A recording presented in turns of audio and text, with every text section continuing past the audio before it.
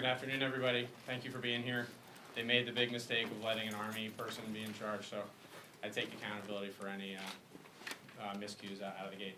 Accountability, something we have not heard much of from the White House lately. So I'm honored to be here with fellow colleagues, all of whom at various phases of their lives and careers have worn the uniform in service to our nation, put their life on the line, not for party or themselves, but for country.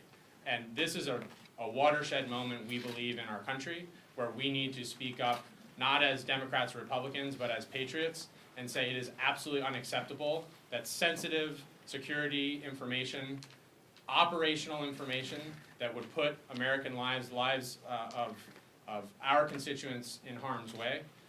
And you're going to hear from all of us today several common themes. One, accountability.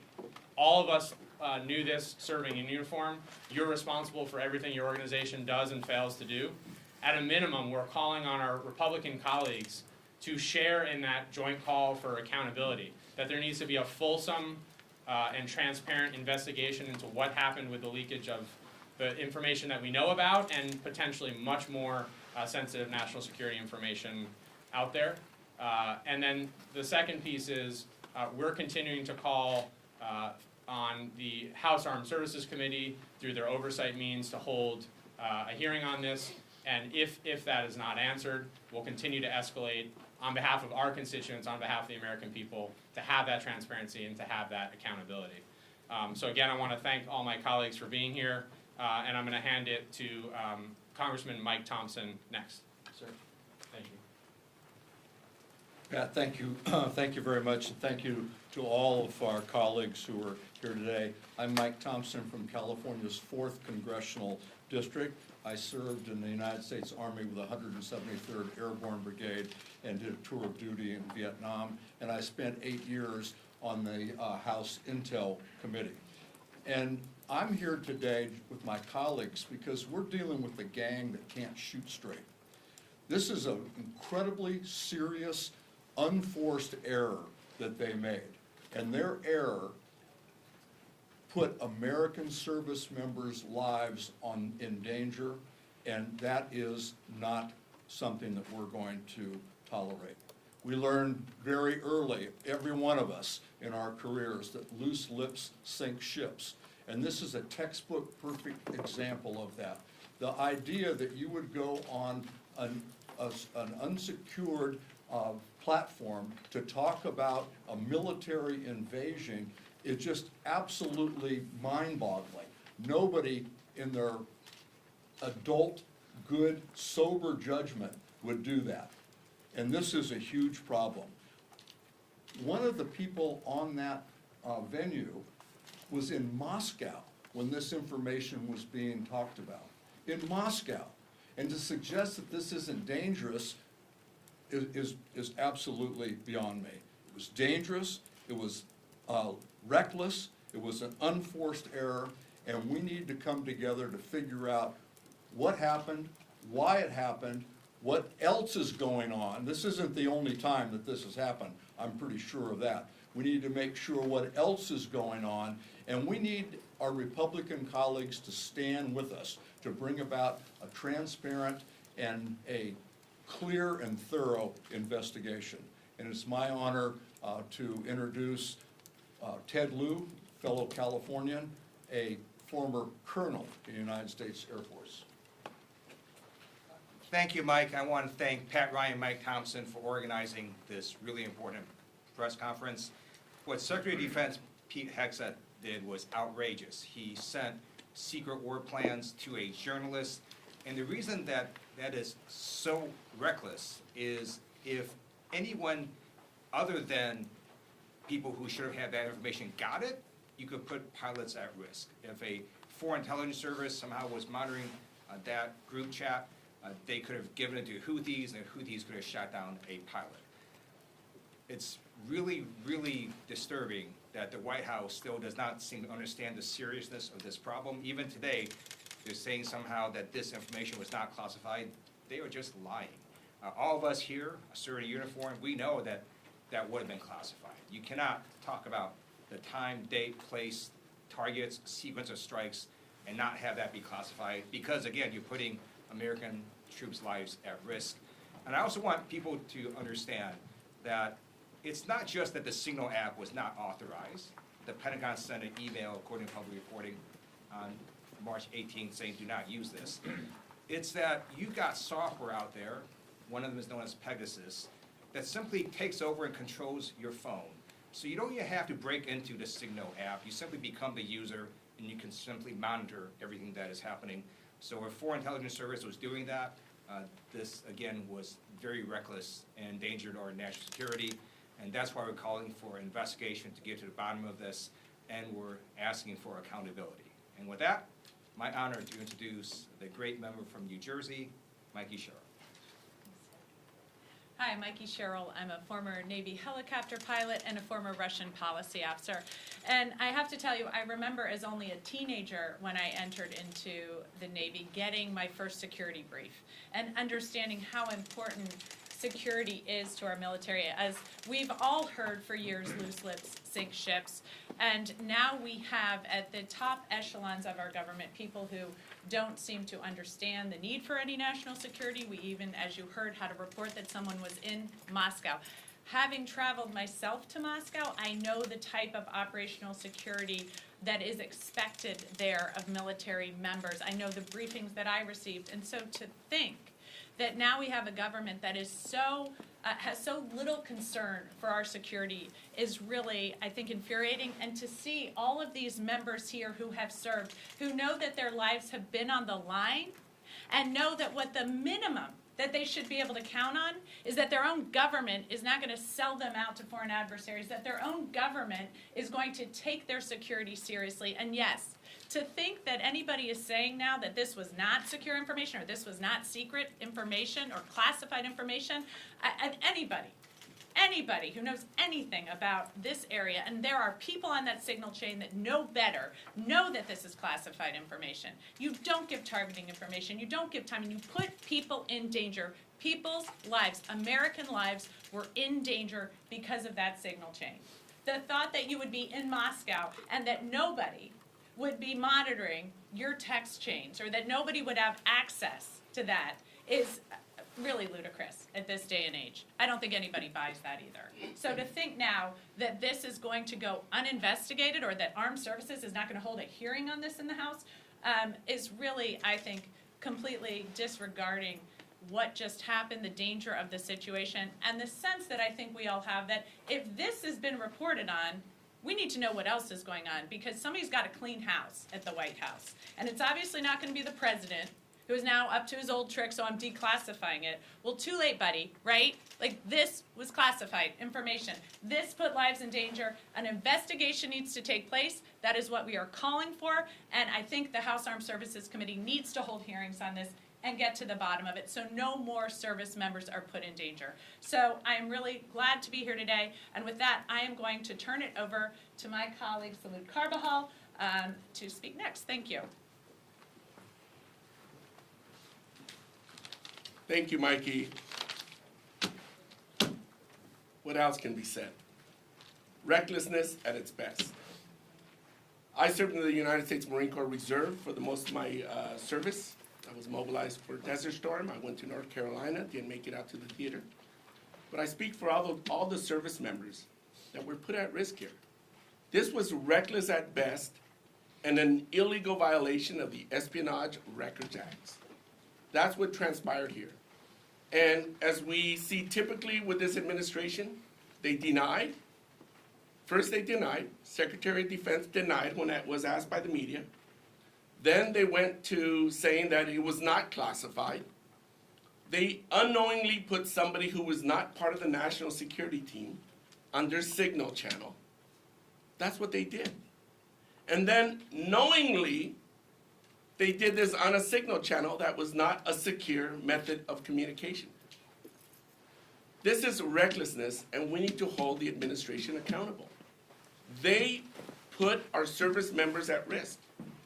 Could you imagine the enemies or others that they were targeting knowing all our plans?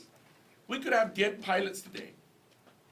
We could have dead pilots today and so many others that could have been injured or killed because of their reckless behavior. This is amateur hour. And the Senate confirmed this cabal of incompetent buffoons. Let's call it what it is. So today, I think I'm glad to join my fellow veterans, calling for accountability, calling for the cleaning of the White House, and taking action to make sure that this ridiculous behavior doesn't happen again.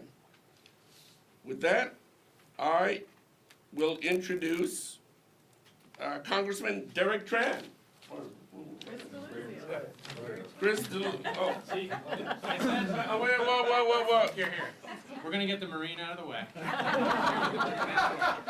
You know what? He's still learning the They wrote it. ABCs. They wrote it in crayon. That's why. No offense to Derek.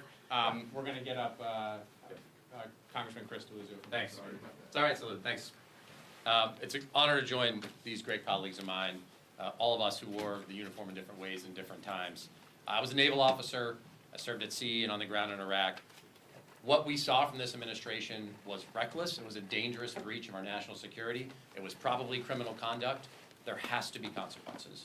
This included the Vice President of the United States, the Director of the CIA, the Secretary of Defense, the National Security Advisor, the Secretary of State. I could go on and on. These are some of the most powerful people in America.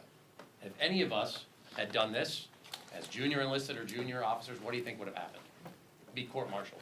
You'd likely end up in Fort Leavenworth or something like it. And to these people, to think that they may not face consequences is outrageous. Cannot happen. Now, we know Secretary Hegseth's own Pentagon warned just last week that there were hacking vulnerabilities to Signal, the very platform they were communicating on. Communicating about, you heard it here, sensitive, classified material. There is no defense for this. And so what we are all saying here is something obvious. There has to be accountability. There needs to be a full investigation. And again, there are likely violations of the Espionage Act. There are likely violations of record-keeping requirements. They were communicating in a platform that purposefully deletes their communications. That is a violation of federal law. They are obscuring and hiding records from the American people. They were putting at risk service members who were carrying out these strikes. Now, I said heads should roll. There have to be people who lose their jobs over this. There has to be a full investigation. I serve on the Armed Services Committee and join in the calls that there is a full public accounting for what happened here. And when we uncover exactly who committed wrongdoing, if those folks don't resign, we should remove them from office. There can be no defense for this. They put our national security at risk. It is our duty in Congress to make sure that oversight happens, and I know these members and I will do everything we can to make sure it happens. So with that, I'm honored to introduce a fellow Pennsylvanian and veteran, Congresswoman Houlihan, excuse me. Sorry. No worries. And thank you very much, and thank you very much for organizing this and this opportunity to reiterate what has already been said. When I was a little girl, when I was 10 years old, I lived in Annandale, Virginia. My dad was the Navy person responsible to Secretary Brown, Secretary of Defense Brown. Under his bed, my father's bed, was a red phone. And I was instructed as a 10-year-old, never, ever, under any circumstances, do I touch or pick up that phone. Because that was the way that they were able to communicate back in 1970, whatever, to make sure that they could have conversations, active conversations. Fast forward to the 80s, when I was an active duty lieutenant myself and spent the bulk of my career in a skiff, having learned all of the different ways that you manage classified information and don't manage classified information. If I had done this as a junior officer, I would have absolutely marched myself into my colonel's office and resigned on the spot. In addition, I would have expected to be sent to jail. So Pete Hegseth, Mike Waltz, Marco Rubio, listen to this list. Tulsi Gabbard, Kash Patel, and every other Trump administration official who uses Signal for war planning and mission execution has to be held to account for their stunning incompetence and their intentional clear defiance. So that's what we are all doing here today. We want to make sure that the hearing is called. We expect, frankly, that no hearing will be called, and so that we will have to at some point escalate this. But for either this group of cavalier officials does not grasp the danger that they have put our nation in. If they don't grasp that, they just don't care. So either way, whether they care or don't care, know or don't understand, this is a colossal screw up, and they need to be accountable for that.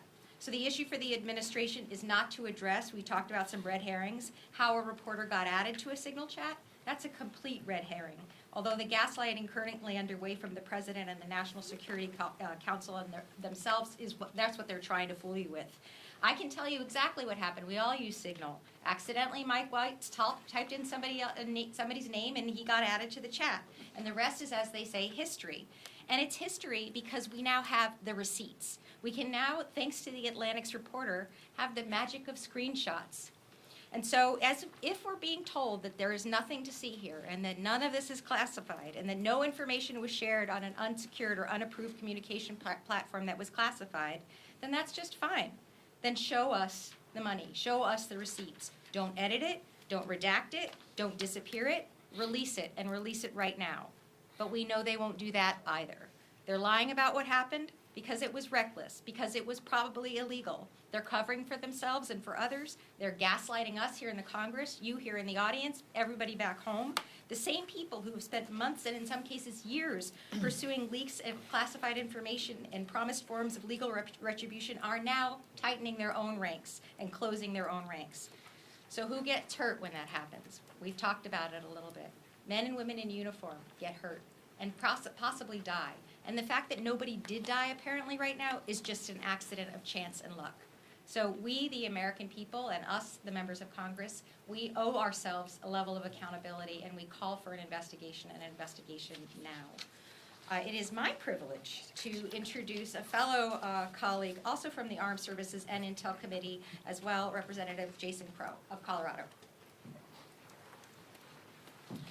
Good afternoon. I'm Jason Crow from Colorado, and it is my pleasure to be here with my colleagues, my comrades and brothers and sisters in arms that represents almost 100 years of military service standing behind me here today.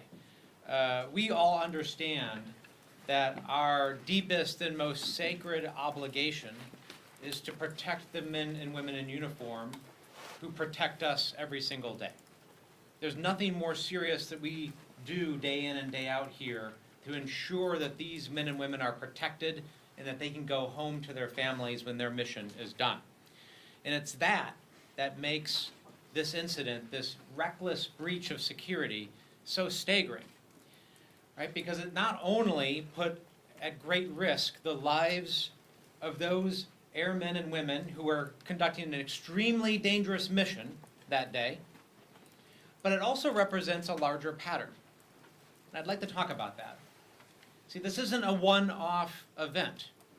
This isn't just a singular mistake that the administration still hasn't admitted that it needs to fix. This is part of a larger pattern of disregard, of impunity, of not taking its job seriously in our most sensitive national security, life and death decisions.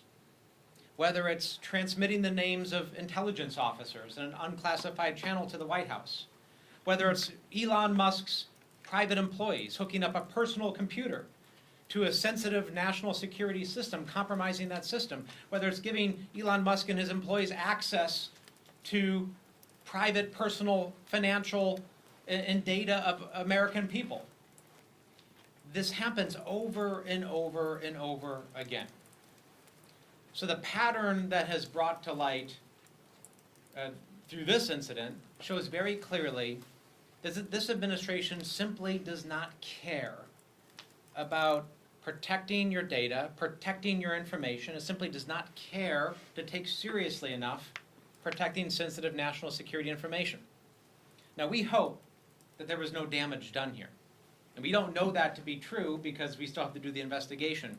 But folks, it is simply a matter of time before the culture of recklessness and impunity of the Trump administration is going to get a lot of people hurt very badly. And that will only be stopped if there's a change in culture. And the only way you change culture is by getting information, bringing it to light, and then imposing accountability on those responsible. That is what must happen. And if Donald Trump and the Trump administration do not do that, they are sending a very clear message once again that they do not care about the safety of the American people. Now, it's my honor to pass this over to another fellow combat veteran, Seth Moulton from Massachusetts. Yeah.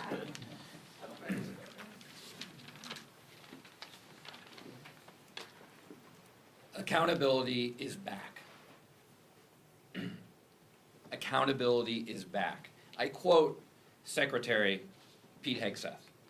That was our Secretary of Defense on the record just a couple of months ago.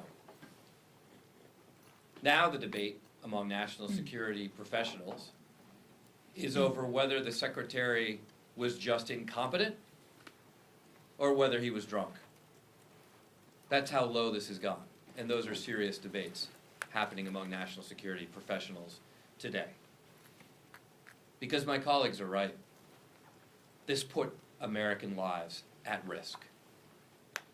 This cheapens the work that our men and women on the front lines of our armed services and our intelligence agencies do every single day. Because it says the rules that apply to you don't apply to us as your leaders. There's a simple concept that I would have thought Pete Hegseth would have learned in the National Guard, which is leadership by example. Well, let me tell you, if any guardsman at any level, including the most junior private, had done what Pete Hegseth did, he would not only be fired, would not only lose his security clearance, but he would probably be criminally prosecuted. Let's just debunk a few myths here, because now the approach these leaders are taking is to lie. That's not in the leadership manual for our armed services, but that's what they're doing now. They're saying, oh, this information wasn't classified.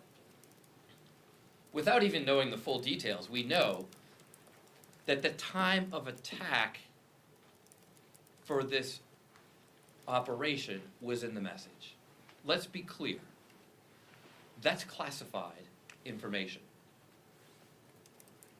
That's all you need to know. Let's address another issue. Was this illegal? It's illegal on two different levels. One, it's mishandling classified information. That's been well established. But the second level it's illegal on is that the executive is required to maintain records of its communications. And this is a way for this lawless administration to get around that. Third, was there risk? Yes, there's tremendous risk. That's why national security professionals, including everyone on that group chat, aside from the people who weren't supposed to be on it, has 24/7 access to classified proper means of communication. So if the National Security Advisor feels like, oh, I need to chat with someone, well, guess what? In his home, in his office, on his plane, he has the means to do so within the law. So there is no excuse here. But there's also clearly no accountability. And it's very clear that Secretary Hegseth, with how he is handling this, has no honor, has no sense of duty, and has absolutely zero accountability for his own actions. It's now my honor to yield to a fantastic freshman veteran, Congressman Vindman. Well, thank you. We've heard some really passionate remarks today, and I want to look at this from perspective of a 25-year Army veteran, a JAG that's prosecuted cases, serious cases of violation of the Uniform Code of Military Justice and felony type cases, and also investigated these types of breaches. And so operational security is a basic but critical function, and it's something that's taught to the very youngest of service members. And what we saw in this breach, in this leak, is those basic ideas thrown out, because there's a sense of callousness, of indifference, of lack of accountability in this administration that is deeply disturbing. So anybody that has a family member that is in uniform, anybody that has a family member or is themselves serving in national security is now very concerned, because they saw that their senior leaders, 18 of the most senior people in the national security establishment, callously sharing information that I, as a member of the National Security Council staff, previously sat through a principals committee, literally the pinnacle of our national security establishment. I could only imagine that the data included things like the operational op plans for the attack. There is no chance in hell that this was not classified information. It's just not possible, certainly at the time that it was released. And so Signalgate is real, and we need to take appropriate measures to protect the American people and national security. And so the way you do that is you investigate. And it's incumbent on folks in the executive branch, in the White House, in every department or agency to understand the scope of this breach. It's standard procedure. Investigate to figure out what is the extent of the spillage, and then take measures to remediate that. Our job in Congress is to exercise an oversight role. We have to have a clear understanding of exactly what happened. Is this very unlikely the only PC that was held on Signal? No, I doubt it. Who exactly was on this? I mean, there are references to the VP, and I only say this tongue-in-cheek. VP, Vladimir Putin. No, we need to understand very well exactly who did what to understand the full scope of the breach and take appropriate measures. The messages were undoubtedly classified, and we need a full accounting. And the last thing I'll say is the president has previously released information that was in the classified realm to clear the air. He has the same opportunity to do that now. He can release exactly what was on the signal string, so everybody, the American people, in an act of full transparency, can understand what's going on, and we can move on. In any other administration, this would have been considered like the type of controversy that was enough to bring down cabinet secretaries. In this one, it just seems like a random Monday. So we need to get rid of this air of lack of accountability and take appropriate steps. Thank you. And I have the, yeah. I have the honor to introduce Herb Conway. Thank you. Well, you've heard quite a lot, quite properly, about this very serious breach. The superlatives go on and on. The worst security breach that anyone has seen in our nation's warfighting history since, I don't know, for decades. We have an administration which plays fast and loose with the rules, disregards privacy of individuals, and now we find disregards the secrecy that should attend a warfighting action. It's the job of the Commander-in-Chief certainly to protect our nation, but it's also the job of the Commander-in-Chief to protect our warfighters when they are sent into action. The idea that this information should be shared on non-secure channels where foreign adversaries can access it, where they can understand how military operations might be conducted, and, as we have heard, no accountability, no explanation, but to pass it off as, well, it's just another thing, should anger every citizen of this country. It should anger our allies, who are now going to need to be concerned about what will happen to their information when it's passed along to the highest, the upper reaches of our administration and the national security structure.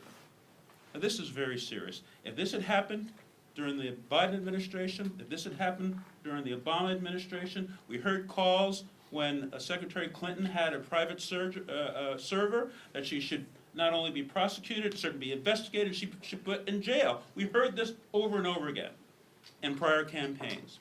Now, this has happened at this time with this administration. If it was Biden, if it was Obama, we would be having hearings would be scheduled before even all the facts were out, and they'd be calling for not only an investigation, they would be calling for resignations. We have heard and we understand from people who know, from news organizations who know, that if any person who was a contractor for DOD, any person who was in the military who had engaged in this kind of security breach, they'd be out the door the next day.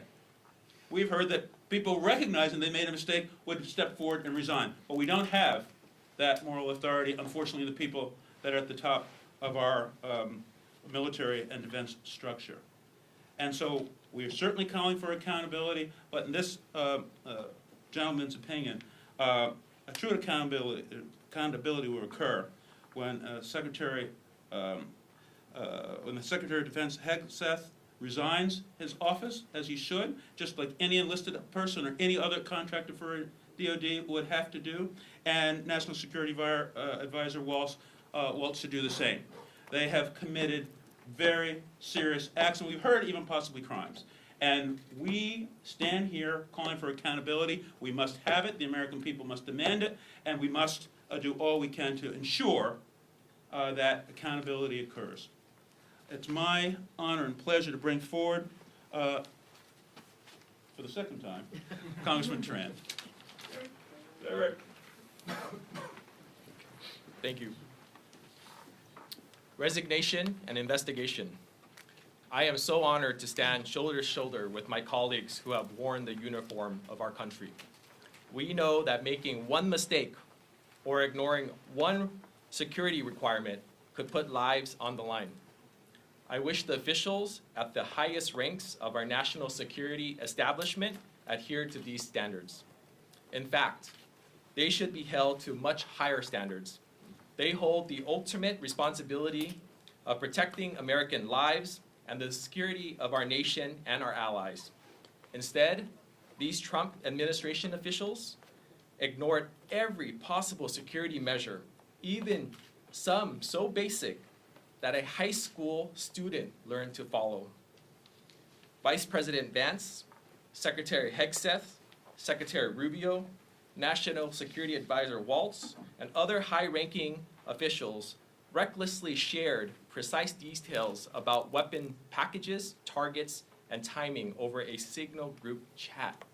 This is not just a breach of protocol, this is a breach of national security.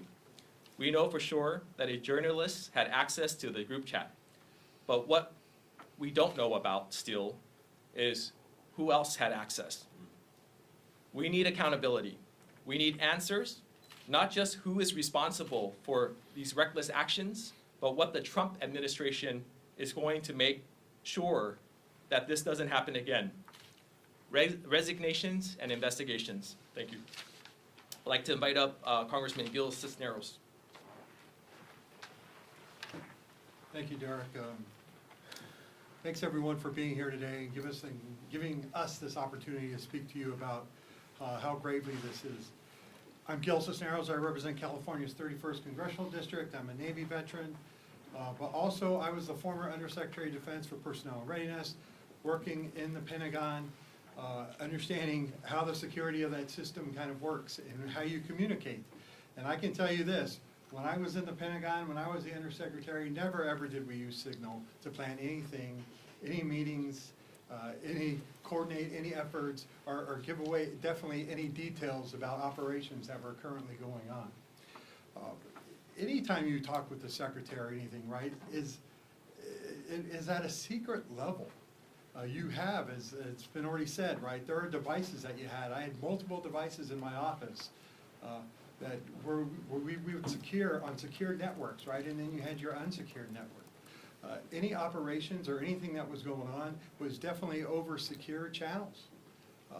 And that was not happening in this. And the thing that is really bothering me about this is the fact, too, that, you know, every office pretty much in the Pentagon is a SCIF. I mean, definitely the Secretary of Defense's office, but yet he's communicating on his personal cell phone. You're not supposed to be taking cell phones or Bluetooth or any of those devices into your SCIF where they can be kind of tapped into and listened to and brought into that environment. there is just a complete disregard for OPSEC, you know, for Operation Security by this administration. And then the audacity there was that the Secretary had actually said before this too, right, that we're gonna start getting down on OPSEC, that their OPSEC was tight, and they're looking into this. And he's actually talking about polygraphing, you know, people there at the Pentagon to find out where the leaks are. Well, problem solved. It's right there with the Secretary of Defense. He should be the first in line there. He's the one who is creating the problems. You know, OPSEC's supposed to start with him. As it's been said too, loose lips sink ships. That was something that every seaman learns when they join the Navy. It's right there at the beginning of boot camp. Nobody would have ever thought that it would start with the National Security Advisor as well as the Secretary of Defense, are the ones who kind of letting out the information of where the details of this exercise were and how it was going. And so with that, thank you very much. And now I have the honor of introducing another former Navy colleague, Jimmy Panetta. Thank you, Gil. Thank you. Let me thank Congressman Thompson and Representative Ryan for putting this together. And of course, it is a very proud yet disappointing moment that I get to stand here with my veterans and have this type of discussion with all of you. I'll keep it short because I'm sure it's probably getting to repetition. Some of you have already finished all of your stories. But the fact is that repetition is kind of what we know up here, especially if you've served in the United States military. That's how they teach you basic things. And I can tell you that one of the most basic things that they teach you from the minute you take that oath is Operation Security, OPSEC. And you get it drilled into your head. And every member of the armed services, from the lowest enlisted, and yes, you would hope, to the Secretary of Defense, would understand the importance of OPSEC. And you have to understand the importance of classified information and handling classified information, because the problem is that classified information and that getting out can lead to the loss of lives, And that is what happened here. This type of breach, this type of carelessness, this type of recklessness put men and women in uniform in jeopardy. I have a nephew that's serving on a ship in the Middle East right now. His life, I can tell you, was in jeopardy because of this. Mothers and fathers whose sons and daughters are serving over there at this moment should be very angry. They should be talking to their members of Congress, Democrats and Republicans, about what we need to do to ensure that this never happens again. In regards to that, as you heard earlier, I too am dismayed at what would have happened if the shoe was on the other foot. If this was another administration and this happened. Where are our Republican colleagues? Where are our Republican colleagues who served in the military? Look, all of us up here will probably tell you we act in a very bipartisan manner. Of all times to be bipartisan, this is it, especially when it comes to this type of carelessness, especially when it comes to putting the lives of our military members in jeopardy. And so I'm here to basically say, to call out and to ensure that we hope that we can ensure not only oversight of this situation, but that this is a type of oversight that needs to be done by Republicans and Democrats, especially when it comes to the men and women in our armed services. And so I hope that's something we can continue to work on. If not, basically you're seeing who actually understands what it means to keep our nation secure and keep our men and women in uniform and keep their lives secure as well. Thank you. I'm the last one. Ryan, questions? Anyone have any questions? A few members alluded to actions you could take or ways you could escalate this particular issue. What options are available to House Democrats to force action on this security breach?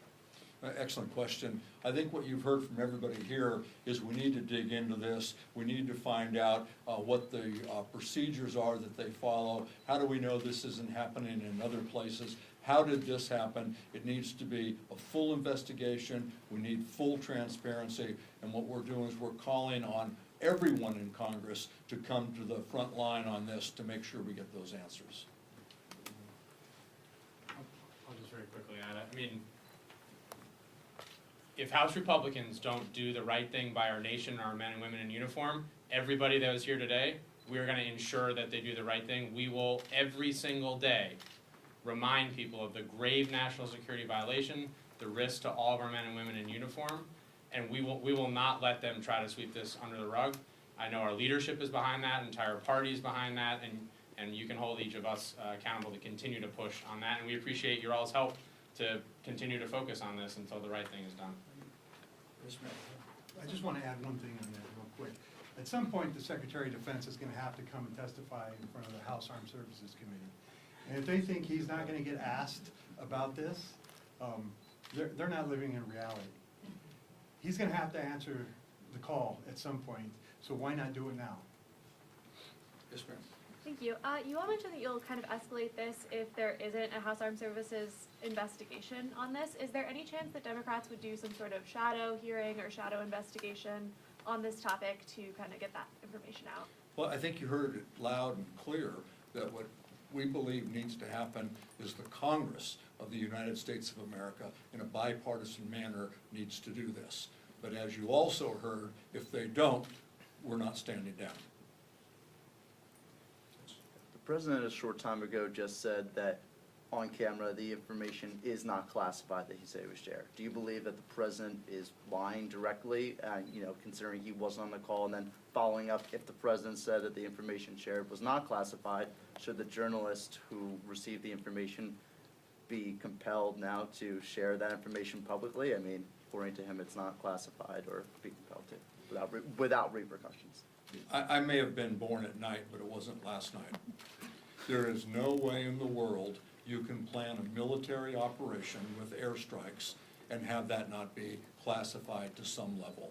It is absolutely absurd that they would think that anybody with any understanding of any of this would fall for that. Yeah, if I may, so I sat on Principals Committee meetings and dozens of meetings at the White House, and this is secret information. It's probably TS information. This is inbound aircraft timetables before American personnel are in harm's way over over Yemen. So it's classified. There's no doubt about it. A private can tell you it's classified information. Just one more. Can you expand on what holding your colleagues to account looks like? Well, I don't think there's any bounds to that. We're going to do whatever we can to ensure that American military personnel are safe and that our missions are protected, and we'll do everything we can to make sure that that happens. If I may. Yes. But also, this is more than just members of Congress. I know we're up here talking about this. This is, like I said, the mothers and fathers whose sons and daughters whose lives are in jeopardy because of this breach. They need to hold their representatives accountable so that their representatives then basically actually have the courage to step up like we are up here and hold basically their Secretary of Defense and our military leaders accountable for this reckless breach. Thank you very much.